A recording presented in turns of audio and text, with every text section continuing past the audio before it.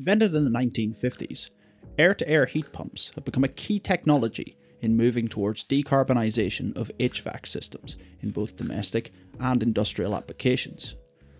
Most people have come across some sort of heat pump at home, in a workplace environment, or even in your car.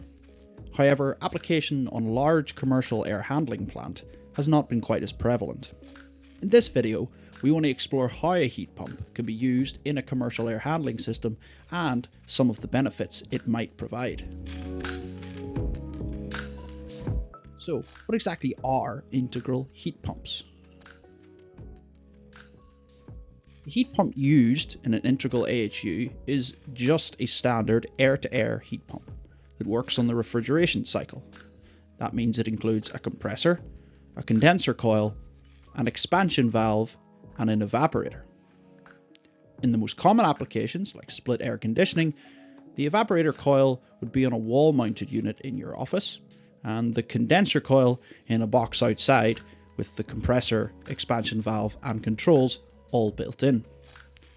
With a small change to the pipework and a four-way valve, it would allow this process to work in reverse, so the coils are switched, and this is what is known as a reversible heat pump.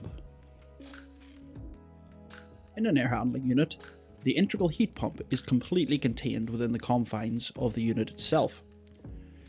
The unit has supply and extract fan sections as normal, and supply and extract filters to filter the incoming air and to protect the heat exchanger.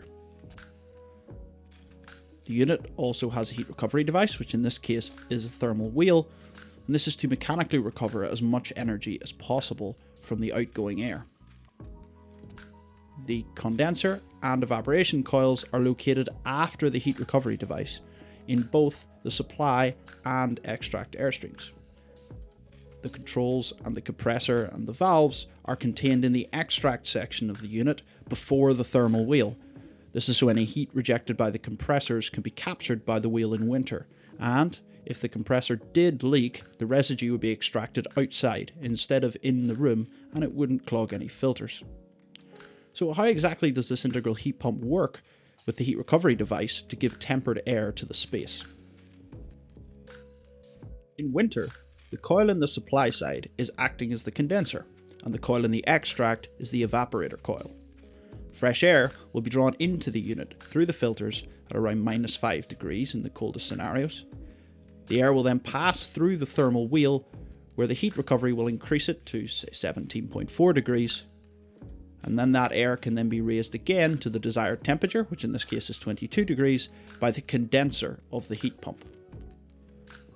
The return air comes back from the room through the filters, and if it's returning at 22 degrees, it then goes through the thermal wheel, and the heat recovered from that air means that it leaves the thermal wheel at around 1.1 degrees, where it then encounters the evaporator part of the heat pump, which even more heat is recovered, meaning the exhaust air goes out at -1.8. The efficiency of the heat pump in winter is increased because the evaporator is seeing a higher air temperature compared with a standard external unit that would be seeing an ambient -5 degrees in the evaporator coil. In summer, the process is reversed by the onboard controls and valves. Now, the supply air contains the evaporator and the extract, the condenser, like a standard air conditioning unit. In this case, the thermal wheel is assisting the cooling in a small way as the extract temperature is lower than the external temperature. The heat pump here is able to further cool the air before it is supplied to the room, with the heat recovery from the supply air released into the extract stream via the condenser coil. There is a small increase in heat pump efficiency as the condenser coil is seeing a slightly lower temperature than outside. However, this effect would be exaggerated on a very warm day where externally mounted condensers can struggle. So why would you install an air handling unit with an integral heat pump as a packaged unit? One of the primary drivers is financial, being a reduced installation cost. As the unit comes pre-charged with controls included, the system requires no external pipework between the units, as is all contained inside. That means there is less refrigerant gas, meaning a lower CO2 equivalent tonnage. There's no external condenser to fit, which means there's less space required on your roof or plant room. There's no external wiring to be done other than the power supply to the unit. You require no extra commissioning as the system comes pre-charged and leak tested. There are no extra controls required as the air handling unit deals with all of this, and you can have a Modbus or BACnet connection back to a centralized BMS system to monitor it. In fact, if you don't even have a BMS system, you can just monitor it via Bluetooth over a freely available app. All of this reduces the install time, which can be one of the most costly parts of a job, and certainly contains the most chance for hidden costs arising. This means that in a traditional air handling unit with a DX coil in it, you would have to install the air handling unit. You would have to then install the condenser or VRF and pipe that up accordingly. Similarly, you would have to run multiple cables from each back to a BMS control panel, which would have to be fitted with a controller that could control both units together. And you would have to run power supplies from your LV distribution point to both the outdoor condenser and the air handling unit. Compare this, however, with an integrated heat pump setup. Here you just have the packaged air handling unit with heat pump. You can have a BMS control panel interface via single BACnet or Modbus connection. You will need your electrical distribution, so a 3-phase power supply to a rotary isolator.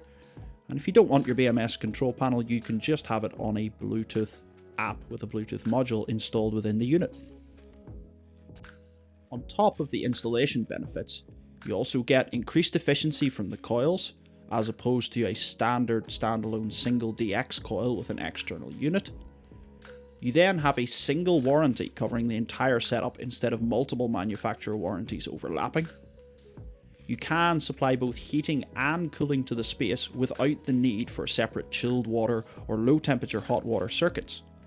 You only require a single 3-phase electrical connection, and then you have one point of contact going forward for technical support, making lifetime maintenance a lot easier. VTS offers a range of integral heat pump units from airflows of 1,200 meters cubed an hour to 7,500 meters cubed an hour, all coming with EC stepless motors, plug and play controls, and Eurovent certified construction, all on an 8-week lead time. If you're interested in learning more about integral heat pump units from VTS, please do check out the links in the description of this video. Or if you want to know more about ventilation for any application, then you can email sales@fairhavenlimited.co.uk for support from concept to commissioning of your next HVAC project.